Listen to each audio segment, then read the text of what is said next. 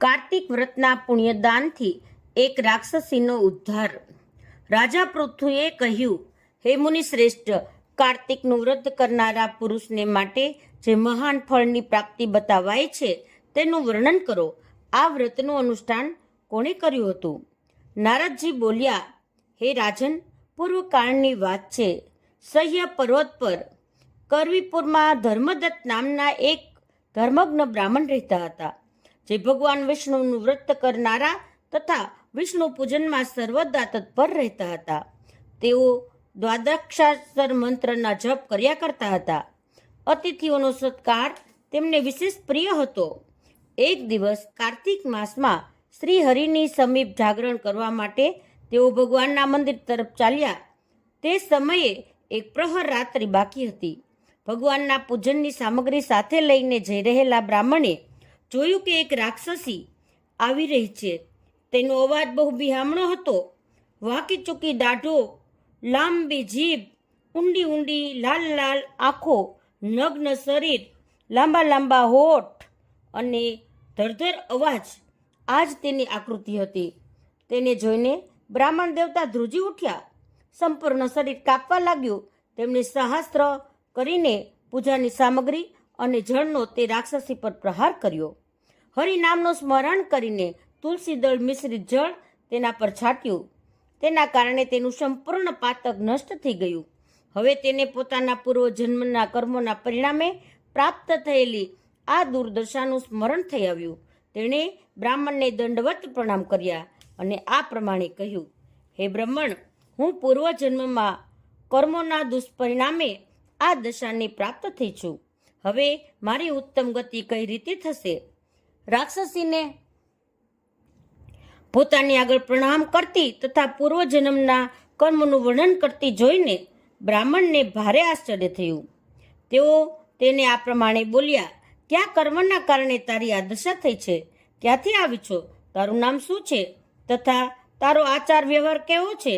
આ બધી વાત મને જણાવ. કલહા બોલી, હે બ્રાહ્મણ, મારા પૂર્વજન્મની વાત છે. સૌરાષ્ટ્ર નગરમાં ભિક્ષુ નામના એક બ્રાહ્મણ રહેતા હતા. હું તેમની પત્ની હતી. મારું નામ કલાહા હતું. હું બહુ ભયંકર સ્વભાવની સ્ત્રી હતી.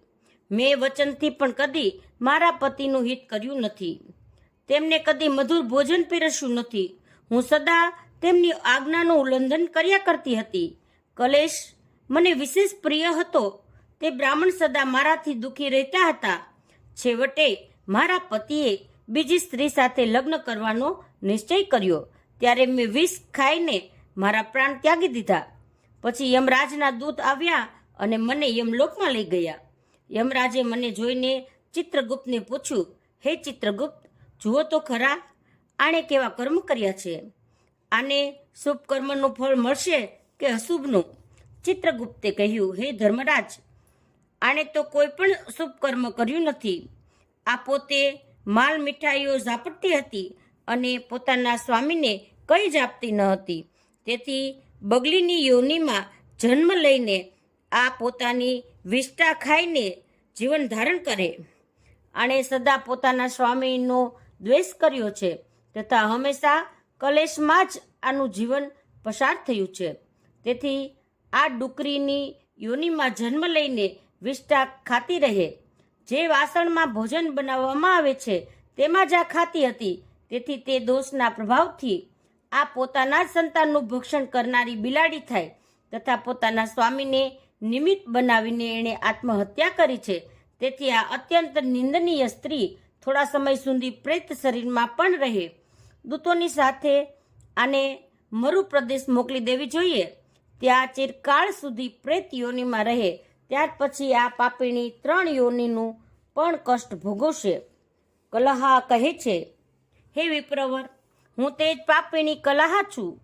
પ્રેત યોનિમાં મારા 500 વર્ષ વ્યતીત થઈ ગયા. હું સદા પોતાના કર્મથી દુઃખી તથા ભૂખ પ્યાસથી વ્યથિત રહ્યા કરું છું. એક દિવસ ભૂખથી પીડિત થઈને મેં એક વેશ્યના શરીરમાં પ્રવેશ કર્યો અને તેની સાથે દક્ષિણ દેશમાં કૃષ્ણા અને વેણીના સંગમ પર આવીને જેવી સંગમના કિનારે ઊભી રહી તે જ સમયે તે વેશ્યની શરીરમાંથી ભગવાન શિવ અને વિષ્ણુના પાર્ષદ નીકળ્યા અને તેમણે મને બળપૂર્વક દૂર ભગાડી દીધી. હે દ્વિશ્રેષ્ઠ, ત્યાંથી હું ભૂખનું કષ્ટ સહન કરતી રહીને આમ તેમ ઘૂમી રહી હતી. એ દરમિયાન તમારા પર મારી દ્રષ્ટિ પડી. તમારા હાથમાંથી તુલસીદળ મિશ્રિત જળનો સંસર્ગ પ્રાપ્ત કરીને હવે મારા પાપ નષ્ટ થઈ ગયા છે. હે વિપ્રવર, મારા પર કૃપા કરીને જણાવો કે હું આ પ્રેત શરીરથી અને ભવિષ્યમાં પ્રાપ્ત થનારી ભયંકર યોનિથી કઈ રીતે મુક્ત થઈશ. નારદજી કહે છે, કલાહના આ વચન સાંભળીને દ્વિશ્રેષ્ઠ ધર્મદત્તને તેના કર્મના પરિણામનો વિચાર કરીને બહુ આશ્ચર્ય અને દુઃખ થયું. તેની ચિંતા જોઈને તેમનું હૃદય કરુણાથી પીગળી ગયું. તેઓ બોલ્યા. ધર્મદત્તે કહ્યું, તીર્થ, દાન અને વ્રત વગેરે શુભ સાધનો દ્વારા પાપ નષ્ટ થાય છે, પરંતુ તમે આ સમયે પ્રેતના શરીરમાં છો, તેથી તે શુભ કર્મોમાં તમારો અધિકાર નથી. છતાં તમારું દુઃખ જોઈને મને બહુ દુઃખ થઈ રહ્યું છે. તમે દુઃખી છો. તમારો ઉદ્ધાર કર્યા વિના મારા મનને શાંતિ મળશે નહીં. તેથી મેં જન્મથી લઈને આજ સુધી જે કાર્તિક વ્રતનું અનુષ્ઠાન કર્યું છે તેનું અડધું પુણ્ય લઈને તમે ઉત્તમ ગતિને પ્રાપ્ત થાઓ. આમ કહીને ધર્મદત્તે દ્વાદશાક્ષર મંત્ર સંભળાવીને તુલસી મિશ્રિત જળથી જેવો તેનો અભિષેક કર્યો, તરત જ તે પ્રેત શરીરથી મુક્ત થઈને દિવ્ય સ્વરૂપ ધારી દેવી થઈ ગઈ. ધધકતા અગ્નિની જ્વાળા જેવી તેજસ્વી દેખાવા લાગી. સુંદરતાથી તો તે એવી લાગતી હતી કે જાણે સાક્ષાત લક્ષ્મી હોય. ત્યાર પછી તેણે જમીન પર માથું ટેકવીને બ્રાહ્મણ દેવતાને પ્રણામ કર્યા અને આનંદ વિભોર થઈને ગદગદ વાણીમાં કહ્યું, હે દ્વિશ્રેષ્ઠ, તમારી કૃપાથી હું નરકમાંથી છૂટી ગઈ. હું પાપના સમુદ્રમાં ડૂબી રહી હતી. તમે મારા માટે નૌકા સમાન બની ગયા. તે આ પ્રમાણે બ્રાહ્મણ દેવતા સાથે વાત કરી જ રહી હતી કે આકાશમાંથી વિમાન ઉતરતું દેખાયું. તે શ્રી વિષ્ણુ જેવું રૂપ ધારણ કરનારા પાર્ષદો સાથેનું હતું. પાસે આવતા વિમાનના દ્વાર પર ઊભા રહેલા પુણ્યશીલ અને સુશીલ નામના પાર્ષદોએ તે દેવીને વિમાન પર ચડાવી લીધી. તે સમયે તે વિમાનને જોઈને ધર્મદત્તને ભારે આશ્ચર્ય થયું. તેમણે શ્રી વિષ્ણુ રૂપધારી પાર્ષદોના દર્શન કરીને તેમને સાષ્ટાંગ પ્રણામ કર્યા. બ્રાહ્મણને પ્રણામ કરતા જોઈને પુણ્યશીલ અને સુશીલે તેમને ઊભા કર્યા અને તેમની પ્રશંસા કરતા આ પ્રમાણે ધર્મયુક્ત વચન કહ્યા.